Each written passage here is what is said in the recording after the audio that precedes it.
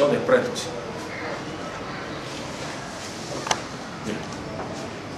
Moi, je suis Éminence Judas, cardinal Orekan.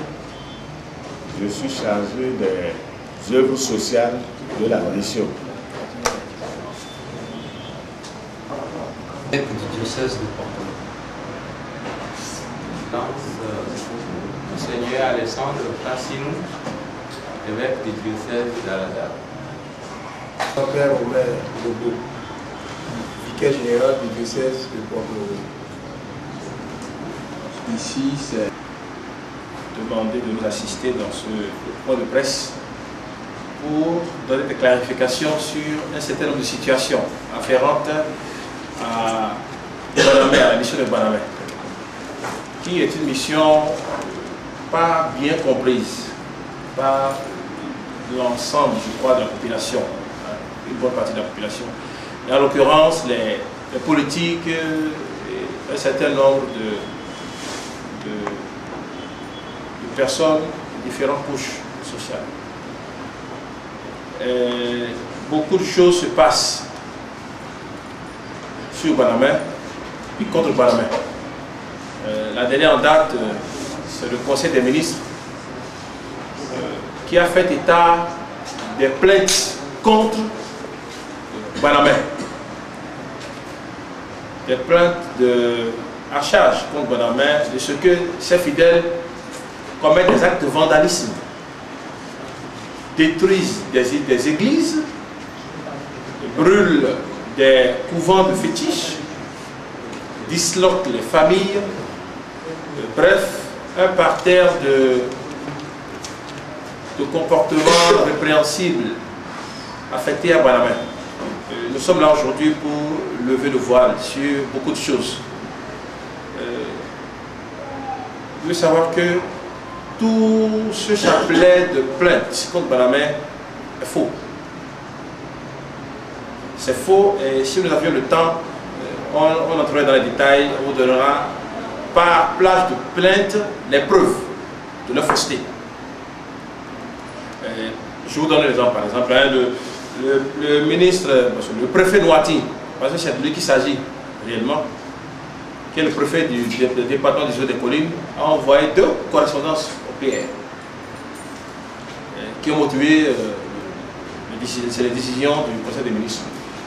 Et dans l'une des correspondances, M. Noati a dit que Dame parfaite, c'est comme ça qu'il l'appelle. Pour nous, c'est Dieu. Pour nous, c'est Dieu. Alors que notre Dieu, qu'il appelle Dame parfaite,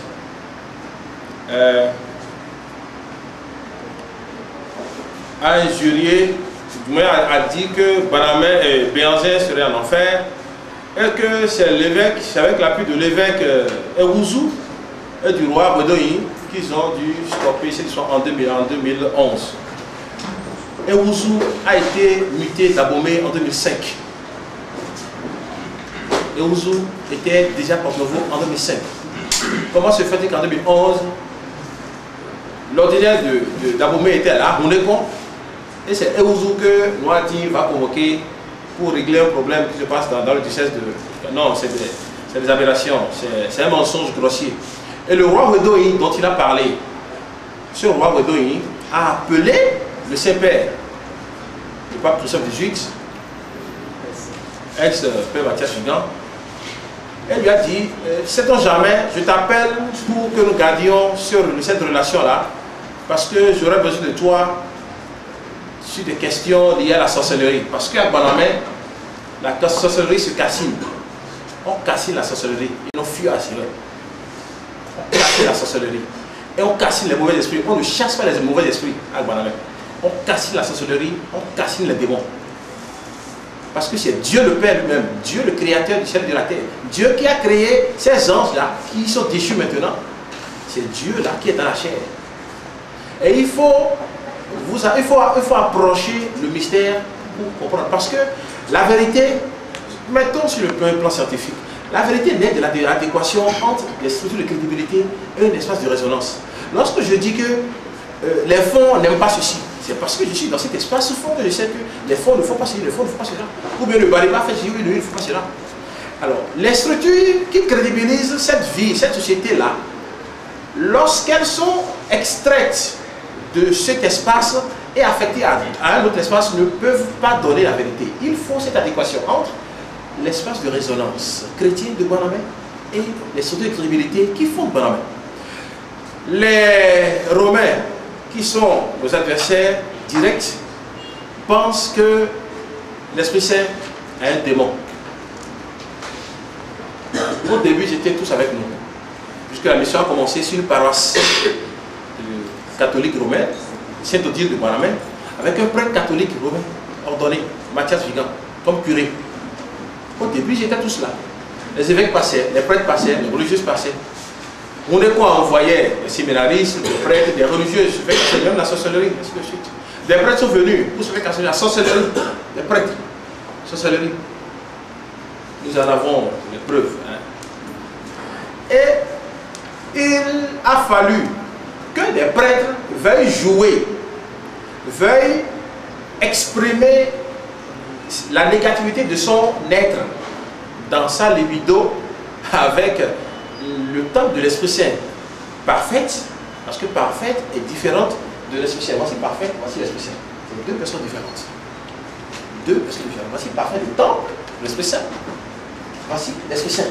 Et il est dans le corps. Vous voyez, c'est plus large. Le corps est plus large. Le visage n'est pas le même. Ce visage est effilé. Le haut, ce visage est plein de majesté. Vous voyez l'Esprit Saint avoir des dents comme ça. Très rarement. Difficilement avoir des dents. Rire comme ça, avoir des comportements d'enfant. Non. Ça, c'est l'Esprit Saint. Parfaite, celle qu'on appelle parfaite, réellement. Ça, c'est l'Esprit Saint. Alors, c'est quoi le mystère? Le mystère, c'est quoi? Vous voyez, dans des séances d'exorcisme, lorsque les prêtres romains, parce que j'ai été romain aussi, ils exorcisent quelqu'un. Lorsqu'ils exorcisent quelqu'un qui est possédé, il y a un démon qui parle à travers la personne. Mais ce n'est pas cette personne qui parle, c'est le démon qui parle à travers la personne. Si celui qui a créé cet être-là, cet esprit-là, qui est devenu démon, si ce démon est capable d'entrer dans un homme et parler, posséder un homme, à plus forte raison, celui qui l'a créé. Et l'Esprit Saint, pour venir dans notre humanité, ne pouvait pas se mettre dans une couverture d'arbre ou bien d'animal. Nous sommes des hommes. Il lui fallait être comme nous pour rester avec nous. Parce qu'il est venu pour le salut du genre humain. Et donc, ce temple qui n'a ni père ni mère, ainsi que l'évangile de saint Thomas qu'ils ont offert de congédier aux calendes grecques dans l'église romaine, saint Thomas dit dans le numéro 15 de son évangile, lorsque vous verrez quelqu'un qui n'est pas né d'un père et d'une mère, prosternez-vous la face contre terre, car c'est Dieu le Père. L'évangile de saint Thomas numéro 15, ça existe juste. Vous allez sur internet, vous cliquez sur l'évangile de saint Thomas, vous verrez le 15 ou le 30, vous verrez là-dessus. 15 ou 16, ça dépend des traductions. 15 ou 16 traductions. Donc, voilà le temple avec lequel un prêtre, Jean Kenoumen, qui était le secrétaire de l'évêque d'Abomey, alors, a voulu jouer, a voulu avoir un commerce de sexe. L'Esprit Saint lui a dit, mais c'est pas possible. Si moi, je n'ai pas permis jusqu'aujourd'hui, elle a 16 ans, elle avait 16 ans à l'époque, si je n'ai pas permis qu'aucun homme ne touche cette fille, ce n'est pas toi qui es le lieutenant de mon fils, un alter Christus, c'est-à-dire un autre Christ, notre fils Jésus-Christ. Dans le peuple, c'est peut-être qui ferait cela. Jacques Louis est parti dire tu es orgueilleux, si tu n'acceptes pas ce que je dis, c'est ce que je dirai à l'évêque qu'il fera. Mais quelques semaines après, l'évêque a envoyé, tout a dit que ces deux filles quittent mon presbytère, alors que c'est parce que l'Esprit Saint a pris cher qu'on a construit ce presbytère. Et aujourd'hui, l'église en construction, par la venue de l'Esprit Saint, est restée là comme ça, depuis qu'ils sont partis. L'église, les bâtis sont là, les murs sont là. Quelque temps après, ils se sont acharnés, ils ont envoyé l'Esprit Saint du...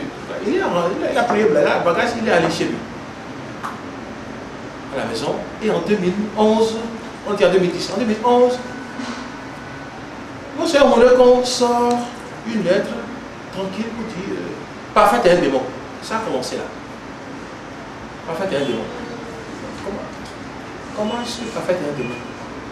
Ce Roundécon a eu la vie sauve grâce à l'Esprit Saint. Lorsqu'une de ses compagnes voulait l'empoisonner en 2009. Elle a la vie sauve grâce à l'Esprit Saint. Il a envoyé un séminariste saturnaire qui était déjà cuit dans la sorcellerie et que l'Esprit Saint a ressuscité. Saturnaire. Il a envoyé 70 religieuses, dont beaucoup avaient la sorcellerie, à qui on a cassé la sorcellerie en 2009.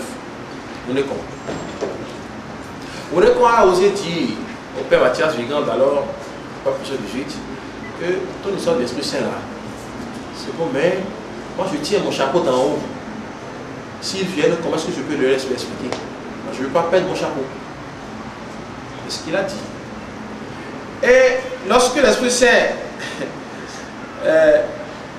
a dit que Béanzé était dans l'enfer, parce que c'est Dieu. Et c'est là où il a envoyé ces gens, les hommes. Lorsqu'il a dit, mais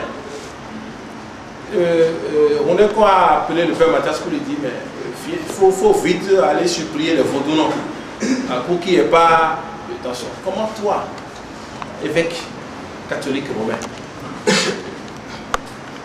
nous combattons toutes les œuvres de Beelzéboul parce que ça ne grandit pas l'homme, parce que ça altère le développement, ça mine la croissance du pays, le développement du pays. Vous voyez le statut d'Abomey aujourd'hui, tout est délabré. Regardez nos pays, tout est délabré.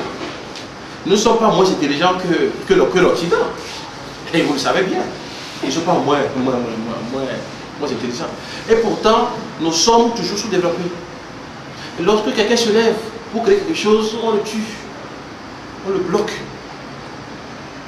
C'est pour tout cela que l'Esprit Saint est venu, pour dire, ça n'est fini pour Beelzéboul et tout ce qui a rapport au rame de Beelzéboul. Maintenant, Beelzéboul finira. J'ai 30 ans passé sur la terre. Parce que nous nous sommes rendus compte au ciel que sur 100 personnes, après la mort de Jésus-Christ, sur 100 personnes qui meurent, à peine 5 venaient au ciel.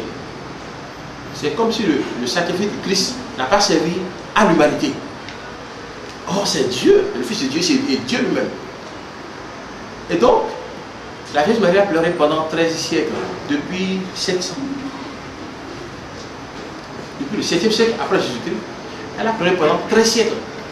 Nous avons vu beaucoup de larmes de sang, et le Béné était un théâtre de spiritualité, où la Vierge Marie pleurait, les mystiques, et ainsi de suite. Donc, la Vierge Marie pleurait pendant 13 siècles, ça a donné la mission de Banamé, qu'ils ont préparé pendant 13 siècles. Banamé, ça signifie littéralement 30 ans donnés. Et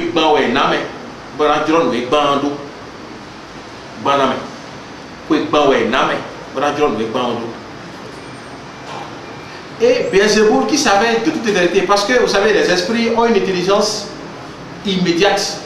Nous les hommes, nous avons une intelligence immédiate. Pour connaître, nous devons apprendre. Il faut quelque chose là. Il faut un maître, il faut un instituteur pour que nous connaissions. Pour comprendre votre métier de journaliste, vous avez dû apprendre. On apprend toujours. Ça, c'est l'intelligence immédiate. Les anges ont une intelligence immédiate. Ils connaissent de goût. Donc, Beelzéboul qui connaissait de toute éternité que son père viendrait pour sa chute, a élu domicile à Banamé, sur cette colline-là. Et les fils d'Agoni savent. Et au Bénin, on sait. Quand on parle de sorcellerie, vous voyez à Banamé, avant 2009, vous verrez Abla. Lio, Kablado. Mais il te poursuit, mais tu meurs. Quand il s'en touche, tu meurs. Ça se passe dans tout, mais il y a un coup. Agoni, c'est ça. Et Banamé est réputé comme un village sorcelleresque à part entier. Donc, l'Esprit Saint avait élu Banamé, son histoire existe, pour venir à bout de Beelzéboul, pour que les hommes aient la paix. Parce que 80% des maux des hommes proviennent des démons. Il dit, je vais finir avec les démons pour que les hommes aient la paix, qu'il ne restera que 20% qui seront leur participation à la croix de mon fils. À la croix de mon fils. C'est pour ça qu'il a prêché. Donc Bonamé n'est pas un combat physique. Ce n'est pas orienté contre tel homme, ou bien contre telle société, ou bien contre telle corporation. Non. C'est un combat spirituel. Bonamé est un combat spirituel. Ça se passe dans le spirituel. Et tous ceux qui ont la sorcellerie savent. Savent que Bonamé, lorsque vous avez bien fait gris-gris, nous avons grandi, quand vous venez mettre pied à Bonamé, vous savez que c'est Dieu qui est en action. On le sait tout de suite. Bonamé, ce n'est pas un combat physique, non. Non, non. C'est pour ça que tout ce qu'ils font comme Bonamé là, les enfants de Bonamé, les filles de Bonamé se taisent. C'est pas ça. Le plus important, non, c'est pas ça. On les attend pas. Lorsque les enfants, les filles de Bonamé vont à Tapa, il y en a qui lui arrachent les foulards de l'esprit saint. Il arrache les foulards. Il y a un prêtre même à Codé dans le Women, dans la vallée de Lomé. Il a vu une des chefs fidèles qui avait le chapelet de combat. Ça, c'est le chapelet de combat, c'est tout ce qui fait mal. C'est tout ça. 9 degrés. Elle avait une médaille de l'esprit saint au cou. Le prêtre romain a venu pousser la fille, lui a arraché la médaille. La fille lui a dit, mais pourquoi est-ce que tu parles? Il a giflé. Parce qu'on avait eu l'habitude pendant des siècles de les considérer comme Dieu. Donc c'est fini ça. Aujourd'hui, nous vivons Dieu en esprit et en vérité. Comme Jésus l'avait dit, en esprit et en vérité. Mais les résultats, vous me dites, auprès des évêques, non, non, non. Quand tu es fidèle, quand tu remarques quelque chose, si tu es un prêtre, si tu es un évêque, si tu es un cardinal, tu dis. Aujourd'hui, il y en a qui sont sortis, qui ont parlé contre nous. C'est comme ça, ils sont sorciers. Ça là, aujourd'hui, tous les évêques du Bénin sont des sorciers. L'Esprit Saint a dit qu'ils sont sorciers. Il n'y a pas un seul qui soit venu à la une qui dit, moi je ne suis pas sorcier. L'Esprit Saint l'a dit. Et ils le sont. Regardez, à Fonkpamé, les chrétiens sont allés à la messe, à une messe, que l'évêque devait présider. On est bon. C'est en 2012. Ils ont porté ce chapelet. Il y en a qui l'ont porté. Il y en a qui l'ont dans les poches. Les femmes mettent ce chapelet dans leur soutien-gorge. L'évêque est venu, il a acheté dehors, envoyé un prêtre dans l'église, dit que tous ceux qui ont ce chapelet-là, de sortir, sinon il ne dira pas la messe. Tu es évêque. L'évêque est le premier exorciste du diocèse. Tu penses que ces enfants-là s'égarent. Tu es le pasteur de troupeau. Tu penses que c'est sur tes brebis que s'égarent. Viens dire la messe. La messe, c'est un sacrifice. C'est l'action de grâce de Jésus-Christ avec le peuple à Dieu son Père. Et pour le peuple aussi. L'Eucharistie, c'est le centre, le sommet de la vie chrétienne. Dis la messe et conjure ces démons-là qui entrent, qui ont éminé tes ouailles. Et dit tant qu'ils ne vont pas enlever ces chapelets-là, il ne dira pas la messe. Évidemment parce que le chapelet-là lui envoie du feu. Quand vous avez ce chapelet-là,